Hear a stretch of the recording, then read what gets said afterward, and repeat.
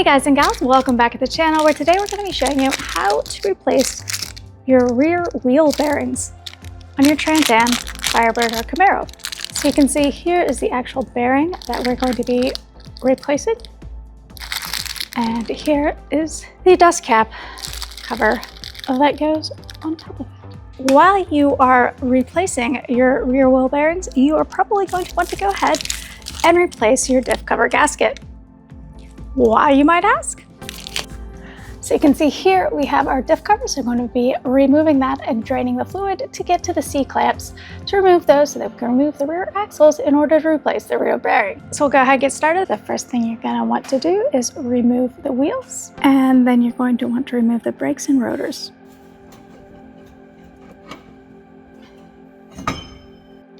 And so here you can see where we're going to have to remove the axles, because your bearing is behind here, right in there. So next, we're going to be taking off the diff cover and draining the diff fluid.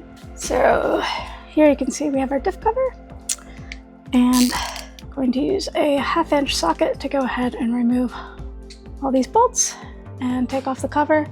And you want to make sure you have a container underneath it to catch all the fluid that is about to come out.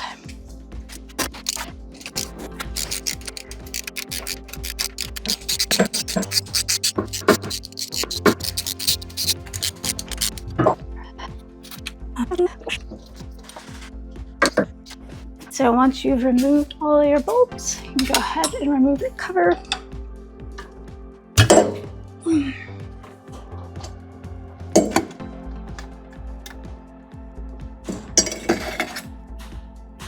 Alright, so now that you've got the diff cover off and drained the fluid, you're going to be removing this so you can take out that to get to the C-clamps behind there. So you can see in here, to get the axles out, we're going to have to remove this bracket. To get those bolts out, we're going to be using a 5/8 socket.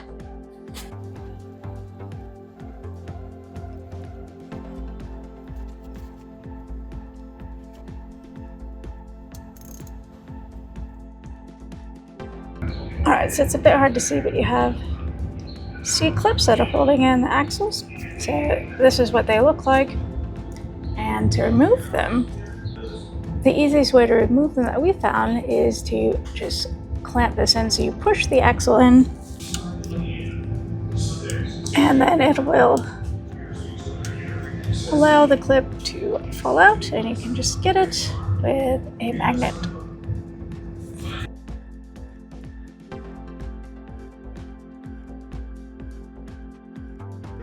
And once you have removed both C-clips, you should be able to remove the axles.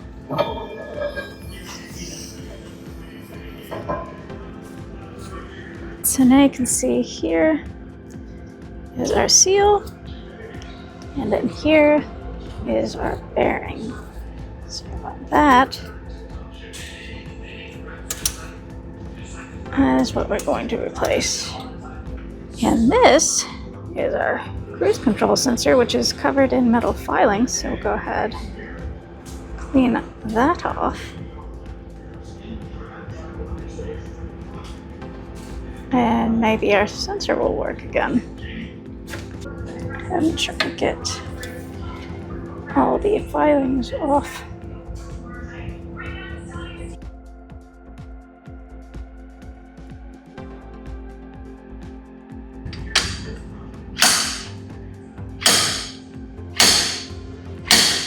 Alright, so you can see you've got the bearing puller. We used a socket just to tension it to be able to remove the seal and the bearing here.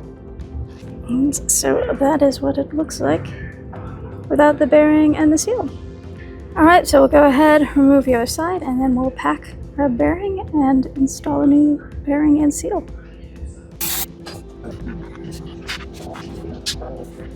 Here we have our new bearing.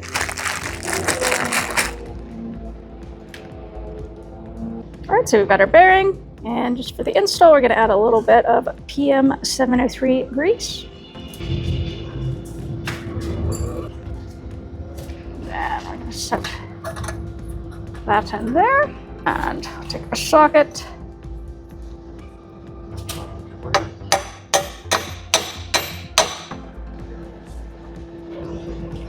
That nice and flush. And we'll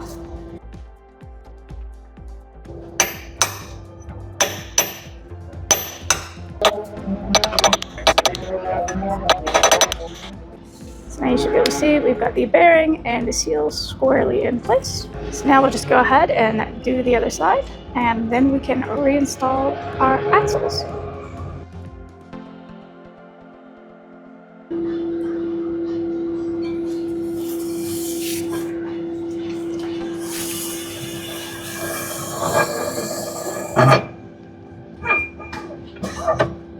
There we go. Alright, so you can see there are our axle ends. So we're just going to compress them like when we took the C-clips off to be able to reinstall the C-clips. Yep, so here's what we'll be using once again to press in the axle so we can install the C-clips.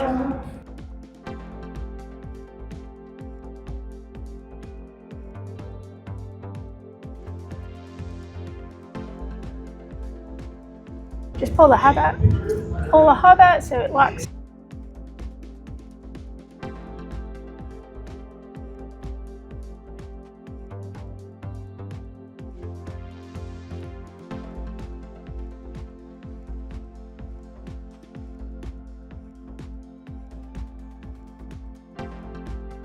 All right.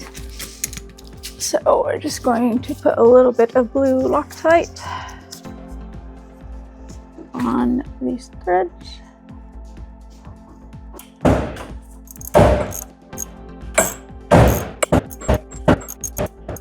And then we are going to take our torque wrench and torque it to 300 inch-pounds.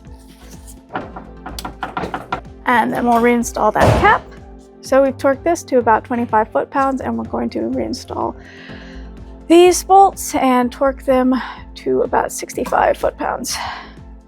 I'll also go ahead and add a drop of thread locker to each of these bolts.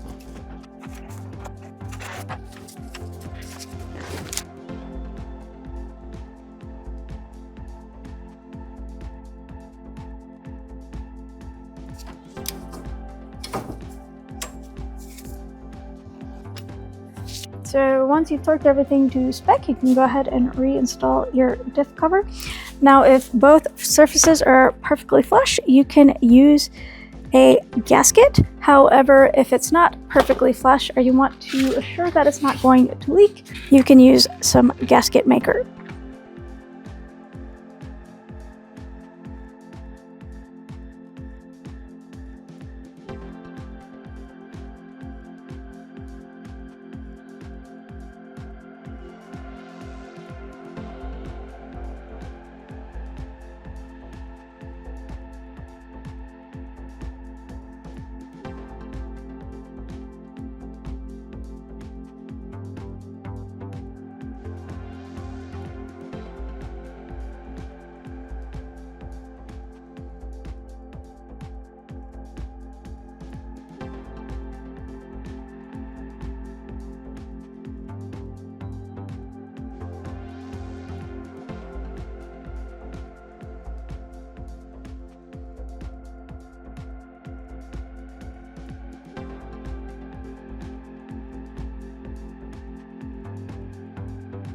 Alright guys and gals, so once you have either used your gasket or your RTV and torqued all your bolts to spec, you want to make sure if you did use a sealant that it has had plenty of time to dry, and then we're going to go ahead and refill the diff. So for this particular application, we're going to be using PM 108 limited slip diff oil. An easy way to get your diff oil in there is to have one of these. Alright guys and gals, if you found this video helpful, please hit like, subscribe, and feel free to share and comment below. See ya!